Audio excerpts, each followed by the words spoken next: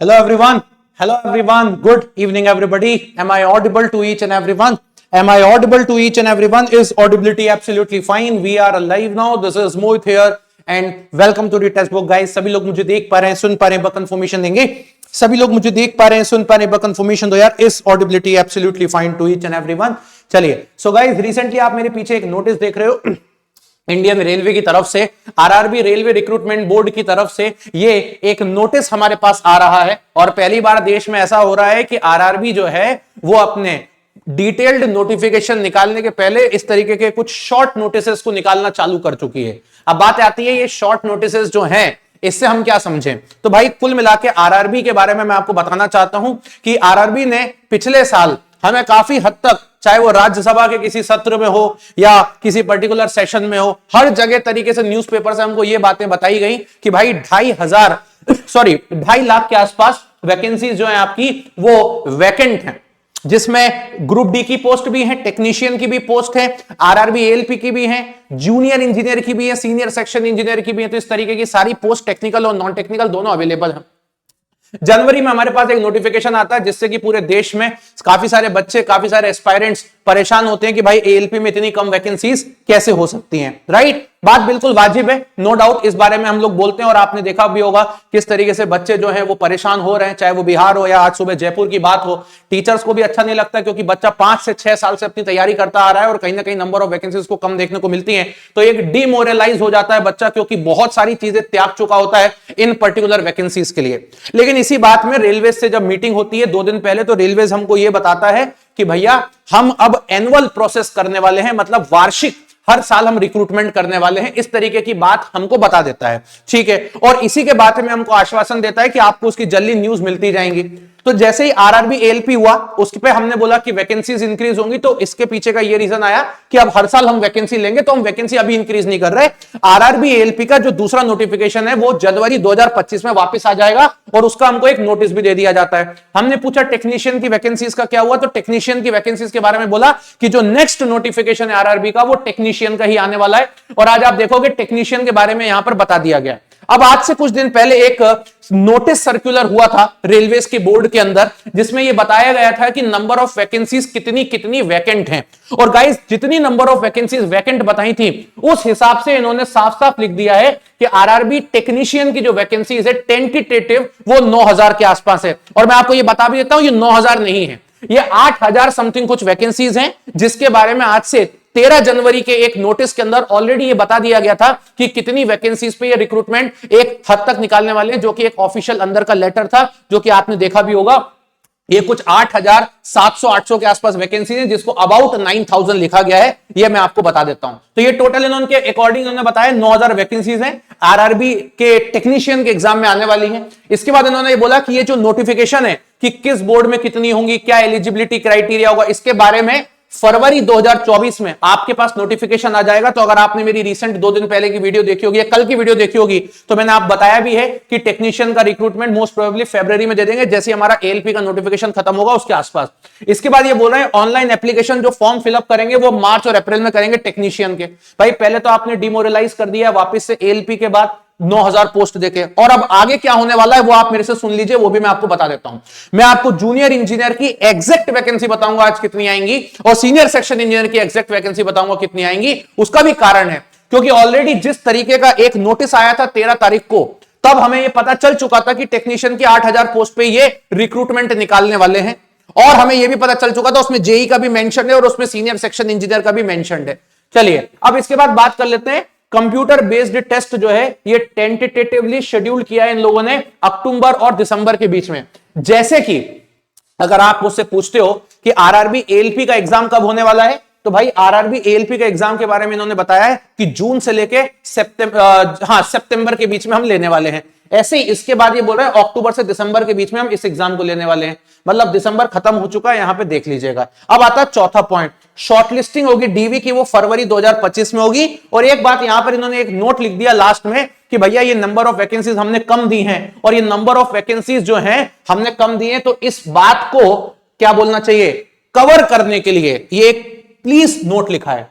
यहां लिखा है centralised employment notice for the next cycle. हमें इससे मतलब था, लेकिन चलो ठीक है, नेक्स्ट साइकिल जो है वो आपका अप्रैल में आएगा अगले साल। मतलब पहले इन्होंने बोल दिया है कि अगले साल जनवरी में हम एएलपी का देंगे और अगले साल ही हम अप्रैल में टेक्नीशियन का भी दे देंगे। तो आरआरबी, एएलपी और टेक्नीशियन के इस साल का नोटिफिकेशन तो पूरी तरीके से क्लियर पिक्चर बन चुकी है दिमाग के अंदर है, राइट। अब आती है बात टेक्नीशियन की क्वालिफिकेशन क्या होती है, तो जरा इसके बारे में मैं थोड़ा सा बताऊंगा आपको कि लास्ट टाइम आरआरबी, एएलपी और टेक्नीशियन का पेपर एक साथ ही होता है। इन दोनों में केवल एक ही अंतर होता था कि जो टेक्नीशियन होता है, ठीक है, वो टेक्निकल पोस्ट ही होती है, लेकिन उसकी सैलरी थोड़ी सी आपकी कम देखने को मिलती है। साथ ही साथ में जो टेक्नीशियन होता है उसको साइको टेस्ट नहीं देना पड़ता, एएलपी को साइको टेस्ट देना पड़ता। इन दोनों के बीच में यही अंतर है और कुछ भी नहीं है। तो टेक्नीशियन का रिक्रूटमेंट पूरा सीबीटी 1 और सीबीटी 2 के बेस पे होता है, ठीक है, उनको साइको टेस्ट नहीं देना होता है। यहां तक की भी बात क्लियर हो गई। अब इसके बाद आप देखिए,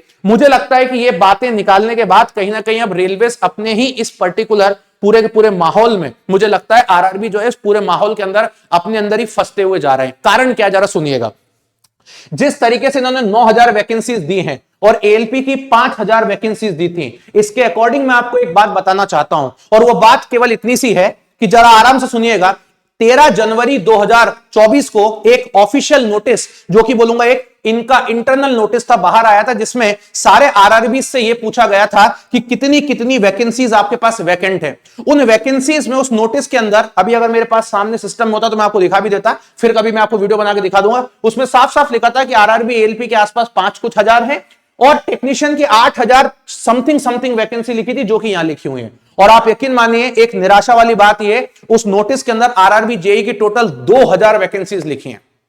इसका मतलब अगला नोटिफिकेशन अगर आरआरबी, जेई का आता है तो करीब करीब मान के चलिए आप मात्र 2000 वैकेंसीज के आसपास पहले नोटिफिकेशन के अंदर आपको देखने को मिलने वाला है। 2000 से ज्यादा वैकेंसी आरआरबी, जेई में नहीं देंगे। लेकिन हां, जब आरआरबी, जेई आएगा तो ये बना के आपको दे देंगे वापस से, और ये प्लीज नोट लिख देंगे कि अगला वाला कब आएगा। तो ऐसा बात वो लिख देंगे वापस से, क्लियर। लेकिन अब बात ये आती है कि आप आरआरबी, जेई का एग्जाम जो है वो करवाओगे कब। तो जितने भी बच्चे यहां इंजीनियर्स बैठे हैं उनको एक चीज बता देता हूं, जितने भी टेक्निकल वाले स्टूडेंट्स हैं, आपका एएलपी का इस साल का और टेक्नीशियन का रास्ता तो क्लियर है, भले ही वैकेंसी कम है लेकिन रास्ता क्लियर है, राइट। और अगले बार के बारे में भी पता चल गया। लेकिन जो बच्चे जूनियर इंजीनियर के लिए वेट कर रहे थे, उनका रास्ता भी यहां पे कोई क्लियर नहीं दिख रहा। कारण क्या है, आपने लिख दिया टेक्नीशियन का पेपर आप अक्टूबर से दिसंबर में करवाओगे, तो अब भैया आपके पास जेई का पेपर करवाने के लिए, एनटीपीसी का पेपर करवाने के लिए, ग्रुप डी का पेपर करवाने के लिए, सीनियर सेक्शन इंजीनियर का पेपर करवाने का समय नहीं दिख रहा है यहां पे। तो यह समय अब दिख नहीं रहा। अब आती है बात, जीडीसी क्या होता है। जीडीसी जो होता है वो रेलवेज का इंटरनल एग्जामिनेशन होता है, जिसमें प्रमोशन के लिए होता है। तो जूनियर इंजीनियर वाले जितने भी बच्चे हैं उनको मैं बता देता हूं कि जीडीसी का जो एग्जाम है अभी 7 तारीख को है, तो उसके बाद कुछ पिक्चर क्लियर होगी। लेकिन वो होगी कब, तो ये अभी समझ में नहीं आ रहा है कि ये करेंगे कब। जून के पहले आरआरबी, जेई हो नहीं सकता, मान के चल लो। जून के पहले ग्रुप डी, जून के पहले एनटीपीसी, जून के पहले सीनियर सेक्शन इंजीनियर नहीं हो सकता। जून से अगस्त के बीच में एएलपी का सीबीटी 1 खत्म होगा, फिर इसका सीबीटी 1 चालू हो जाएगा। सीबीटीज लिख दिए इन्होंने टेंटेटिवली अक्टूबर से दिसंबर के बीच में। अब ये किस मोमेंट पे फंसाने की कोशिश करेंगे आरआरबी, जेई को, इसके बारे में अभी कोई इंफॉर्मेशन हमको नहीं मिलती है। लेकिन गाइज यहां पर एक चीज मैं बोलना चाहूंगा कि अगर रेलवेज वाकई में चाहता है, ठीक है, कि एनुअल कैलेंडर और एनुअल हर साल अगर एग्जाम कंडक्ट करवाना चाहता है, तो मैं एक ही चीज बोलूंगा कि भैया वार्षिक कैलेंडर आप एक लॉन्च कर दीजिए, एक कैलेंडर पब्लिश कर दो। सिंपल सी बात है, जैसा एसएससी बना के देता है, यूपीएससी बना के देता है। अरे यूपीएससी भी 15 एग्जाम लेता है साल भर में, एसएससी भी 15 से ज्यादा एग्जाम लेता है, और बहुत सारे बच्चे पेपर देते। तो ऐसा बना के दे दो कि ये महीने में आरआरबी, एएलपी है, ये महीने में आरआरबी का टेक्नीशियन है, ये महीने में एनटीपीसी, ये महीने ग्रुप डी है, ये महीने में जेई, ये महीने सीनियर सेक्शन है। तो कम से कम एक स्टूडेंट की पिक्चर तो क्लियर हो जाती। गाइस वैकेंसी की बात करते हैं तो वैकेंसी के बारे में तो यहां पे साफ साफ लिख दिया है कि 9000 वैकेंसीज हैं और 9000 के ऊपर ये जाना नहीं चाहते। अच्छा, एक बात और बताऊंगा, जो बच्चे इतने दिनों से प्रोटेस्ट कर रहे थे कि एएलपी के साथ टेक्नीशियन नहीं दिया, तो रेलवे से एक बात बोल रहा था कि टेक्नीशियन का हम नोटिफिकेशन अलग से देंगे, तो उन्होंने ये तो दे दिया। ठीक, ये बात तो हमको क्लियर हो गई। नंबर ऑफ वैकेंसी एक बार वो देख लीजिए आप, 9000 के आसपास है। किस बोर्ड में कितनी वैकेंसी होंगी इसके बारे में कुछ आइडिया अभी हमको नहीं है। और एक लास्ट बात और बोलना चाहूंगा कि जो बच्चे इतने समय से तैयारी कर रहे थे, तो सारी बातें अपनी जगह ठीक है, बट एक डिसअपॉइंटमेंट वाली बात जो है, जिस वजह से एक बच्चा डिमोरलाइज है, वो है नंबर ऑफ वैकेंसीज। लेकिन एक ही चीज बोलूंगा गाइस कि अब ये चीज हमारे सामने है, जहां तक हमें लगता है कि यही हो रहा है, इसी तरीके से चीजें पेस पे चल रही हैं, ठीक है, हमने अपनी सारी चीजों को सामने रखा। एज रिलैक्सेशन, अच्छा एज रिलैक्सेशन के बारे में अगर आप मुझसे पूछोगे तो मैं बता देता हूं, एएलपी सॉरी टेक्नीशियन में भी आपको एज रिलैक्सेशन मिल जाएगा, क्योंकि जब एएलपी में दिया है तो फिर उनको सारे ही नोटिफिकेशन में एज रिलैक्सेशन देना ही है, सारे ही नोटिफिकेशन में एज रिलैक्सेशन देना है। लेकिन मैं आपसे एक ही चीज बोलूंगा गाइस, जितने भी इंजीनियर्स हैं आप, जिन्होंने आईटीआई किया है, जिन्होंने डिप्लोमा किया है, जिन्होंने इंजीनियरिंग करी है, आप सब एएलपी और टेक्नीशियन के लिए एलिजिबल हो, इलेक्ट्रिकल और मैकेनिकल के बच्चे। और आपके सामने जो नंबर ऑफ वैकेंसीज है वो 9000 और 5000 वैकेंसीज है। मतलब टोटल आपके सामने राइट नाउ एट प्रेजेंट आपके पास जो वैकेंसीज है वो 14000 वैकेंसीज आपके हाथ में है। अब इस वैकेंसी के लिए देश का कोई और बच्चा, चाहे वो बीएससी ग्रेजुएट हो, चाहे वो आर्ट्स का ग्रेजुएट हो, चाहे वो कोई भी ग्रेजुएट हो, कोई एलिजिबल नहीं होता इस पर्टिकुलर वैकेंसीज के लिए। आप सभी को पता है कि ये टेक्निकल पोस्ट है। दूसरी बात मैं एक चीज बताऊंगा कि कल मैंने एक वीडियो बनाई थी, अगर आप लोगों को याद हो तो, कल एक वीडियो मैंने बनाई थी जिसमें मैंने बताया था कि जिस तरीके से ये अपने सीबीटी करवा रहे हैं, है ना, ऐसा लग रहा है बहुत जल्दबाजी में बना के दे दिया, बस एक पॉइंट लिख के दे दिया। कल का जो एएलपी का नोटिस आया था उसमें लिखा है इन्होंने कि जून से लेकर के हम सितंबर तक करवाएंगे सीबीटी 1 अगस्त तक, और सितंबर में सीबीटी 2 ले लेंगे। अरे भैया, जिस बच्चे का पेपर अगस्त में सीबीटी 1 होगा, फिर सीबीटी 2 सितंबर में ले लोगे, तो बीच में कितने दिन का गैप मिला? इसका मतलब कुल मिला के ये है कि अगर आप सीबीटी 1 और सीबीटी 2 दोनों की तैयारी करना चाहते हो, चाहे टेक्नीशियन की या एएलपी की, तो भैया हाथ जोड़ के बोलता हूं साथ में तैयारी करना। ये मत सोचना कि मैं रीजनिंग पढ़ लूं, एप्टीट्यूड पढ़ लूं और साथ में जीके पढ़ लूं तो मेरा सिलेक्शन हो जाएगा। मैं मानता हूं सीबीटी 1 में टॉप कर जाओगे, लेकिन सीबीटी 2 साथ में बैठा है। एएलपी के लिए बेसिक साइंस इंजीनियरिंग को अपना घोट के रखना पड़ेगा अभी से। अगर आपकी स्किल्स बेकार हैं, अगर आपको ट्रेड थ्योरी नहीं आती है, चाहे आप इलेक्ट्रिशियन से हो, रेफ्रिजरेशन से हो, मैकेनिकल से हो, फिटर से हो, डीजल मैकेनिक से हो, इंस्ट्रूमेंट मैकेनिक से हो, ऑटोमोबाइल से हो, किसी भी ट्रेड से आप बिलोंग करते हो, आपको अपना ट्रेड थ्योरी इतना रखना पड़ेगा कि एटलीस्ट क्वालिफाइंग कर जाओ, कम से कम 75 में से क्वालिफाइंग नंबर लेके आ जाओ, इतना आपको रखना ही पड़ेगा। सिमिलरली टेक्नीशियन में भी सेम कंडीशन है। इस बार हर बार ये होता था कि पहले सीबीटी 1 होता था, सीबीटी 1 का जब रिजल्ट आता था, सुनते हैं ना मेरी बात को, जब सीबीटी 1 का रिजल्ट आता था या सीबीटी 1 के बाद पता चलता था सीबीटी 2 कब होगा, तो एक बच्चे के जो अच्छे नंबर आ रहे होते हैं, एक्सपेक्टेड कट ऑफ के हिसाब से वो सीबीटी 2 की तैयारी करना चालू करता था। लेकिन अब तो सीबीटी 1 सीबीटी 2 सब एक ही है।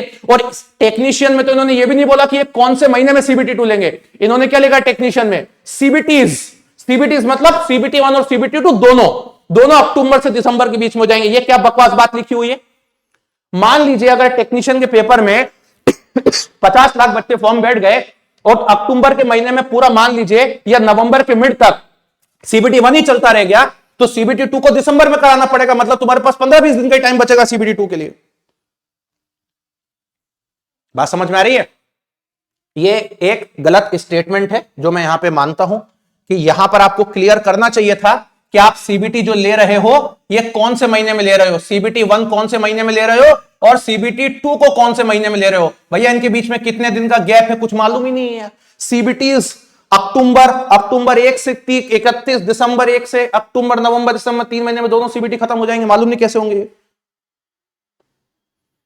बात समझ में आ रही है? तो कुल मिला के ये एक इंडिकेटिव नोटिस है जो आप लोगों को बताना था। लेकिन बस इस पूरी बात में एक चीज तो समझ में आ चुकी है कि कुछ बातें तो हमारी मान ली गई हैं जो हम लोगों ने बोली थी, कोविड की वजह से एज रिलैक्सेशन मिल जाना, वैकेंसीज टेक्नीशियन की भी रिलीज कर देना, तो कुछ बातें मान ली गई हैं। लेकिन कुछ बातों में ऐसा लगता है कि रेलवेज राइट नाउ अभी इज इन रिजिड मोड और शायद वो चीजों को चेंज नहीं करेंगे। पहला वो नंबर ऑफ वैकेंसीज और दूसरा ये क्लियरेंस नहीं है। ये बहुत बड़ा चीज है। अभी बच्चों को लग रहा होगा, बहुत सारे बच्चे केवल अभी इसी चीज पे ध्यान दे रहे हैं, नंबर ऑफ वैकेंसीज पे। अभी बच्चा इस बात पे ध्यान ही नहीं दे रहा है। बेटा जब सीबीटी 1 पास में आएगा ना, और जब सीबीटी 1 निकलने वाला होगा और तुम्हें पता चलेगा मेरा 10 दिन बाद सीबीटी 2 है, मैं करूं क्या, तब दिक्कत होगी। ठीक है, तब दिक्कत होगी, है ना। तो ये एक गलत बात है जो मुझे लगती है आपको यहां पे क्लियर करना चाहिए कि हम सीबीटी 1 इस मंथ से इस मंथ तक लेंगे और सीबीटी 2 इस मंथ में लेंगे, ताकि एक बच्चे को यहां पे क्लियरेंस मिले, जो कि यहां पे क्लियरेंस नहीं किया गया। बस एक लिख दिया ताकि बच्चा भी शांत बैठ जाए। चलिए कोई नहीं, तैयारी करना चालू करते हैं, है ना। और जो भी चीजें होंगी आपके फेवर के लिए, पूरी स्टूडेंट कम्युनिटी के लिए, वो चीजें पूरा का पूरा हम लोग करेंगे, उसकी चिंता मत करो, जैसे अभी तक करते आ रहे हैं। आपको भी पता होगा पूरी टेक्स्ट बुक की टीम ने बहुत ज्यादा मात्रा में ट्वीट्स भी किए थे। आपके ट्वीट्स के टाइम पे मैंने वीडियो भी बनाई थी, आप लोगों को याद होगा। उसके बाद फिर हम लोग ने सारी चीजों को एग्जीक्यूट किया है, तो इस बार भी करेंगे। और ये जॉब टेक्निकल जॉब है, मैं आपको पहले बता देता हूं। प्लीज सारे बच्चे जितने भी इंजीनियर्स हैं, आपके पास टोटल अब 9000 और 5000, अच्छा एक बार बता देता हूं, एएलपी का जो मेडिकल स्टैंडर्ड होता है वो A1 होता है। A1 मतलब आंखें एकदम अच्छी होनी चाहिए। लेकिन बेटा जो टेक्नीशियन का होता है ये A1 नहीं होता, टेक्नीशियन का होता है B1 B2। क्या होता है? B1 B2 होता है। और B1 B2 में आंखों को थोड़ा रिलैक्सेशन मिल जाता है ना, पूरा तो नहीं मिलता लेकिन थोड़ा सा रिलैक्सेशन मिल जाता है। तो जो बच्चों को चश्मा लगा था वो सोच रहे थे हम एएलपी में तो एलिजिबल नहीं है, आप टेक्नीशियन में एलिजिबल हो जाओगे। और कौन बच्चा एलिजिबल है? अगेन वही आईटीआई करना, आईटीआई हो गया, डिप्लोमा किया हो गया या इंजीनियरिंग किया हो, सारे बच्चे यहां पे एलिजिबल होते हैं। अच्छा, एक बच्चा पूछ रहा है बीटेक इलेक्ट्रिकल में ट्रेड क्या लेते हैं? अगर आपने बीटेक इलेक्ट्रिकल में ट्रेड लिया तो इलेक्ट्रिकल में केवल एक ही ट्रेड चलता है जो कि सबसे कॉमन ट्रेड है, वो है इलेक्ट्रीशियन। आपको उसी को फिल करना होता है। ठीक है, अब इसके बारे में मैं डिटेल में और इंफॉर्मेशन आपके लिए लेके आऊंगा कि कौन बच्चा एलिजिबल होता है, कितनी है ना, कौन बच्चा एलिजिबल है, क्या क्या ट्रेड्स हैं, इसके बारे में भी मैं एक डिटेल वीडियो आपको लेके आऊंगा। चैनल को सब्सक्राइब कर लीजिएगा, सेशन को लाइक कर लीजिएगा, और आपकी कोई भी बात हो तो कमेंट बॉक्स में जरूर रखिएगा। इसी तरीके से हम लोग मिलते रहते हैं। और एक बात इंपॉर्टेंट बेटा, ये बात दिमाग में रख लेना एक बार कि सीबीटीज और सीबीटी1 सीबीटी2 को ये बहुत जल्दी जल्दी करवाने वाले हैं। आपको बीच में टाइम नहीं मिलने वाला, चाहे एलपी का हो चाहे टेक्नीशियन का। तो अपनी तैयारी सीबीटी1 सीबीटी2 की एक साथ करना। सिर्फ एप्टीट्यूड, रीजनिंग और जीएस, इन तीनों को ही मत पढ़ते रह जाना, नहीं तो सीबीटी1 निकल जाएगा और मैं फिर बोलूंगा सीबीटी2 में धोखा हो जाएगा। ये गलती बिल्कुल भी नहीं करनी है। ठीक है, सिविल ब्रांच में, अच्छा सिविल ब्रांच के बारे में बता देता हूं कि सिविल ब्रांच जो है वो एएलपी और टेक्नीशियन के लिए बेटा एलिजिबल नहीं होती है। ठीक है, एलिजिबल जो होते हैं एलपी और टेक्नीशियन के लिए वो सिर्फ इलेक्ट्रिकल, मैकेनिकल, इलेक्ट्रॉनिक्स और ऑटोमोबाइल वाले बच्चे ही एलिजिबल होते हैं। ठीक है, बाकी के बच्चे एलिजिबल नहीं होते। इलेक्ट्रॉनिक्स वाले बच्चे इलेक्ट्रॉनिक मैकेनिक का ट्रेड यूज कर सकते हैं। ठीक है, चलिए चलिए तो मिलते हैं इसी तरीके से नेक्स्ट सेशन में। So thank you very much, bye bye, take care and love you everyone.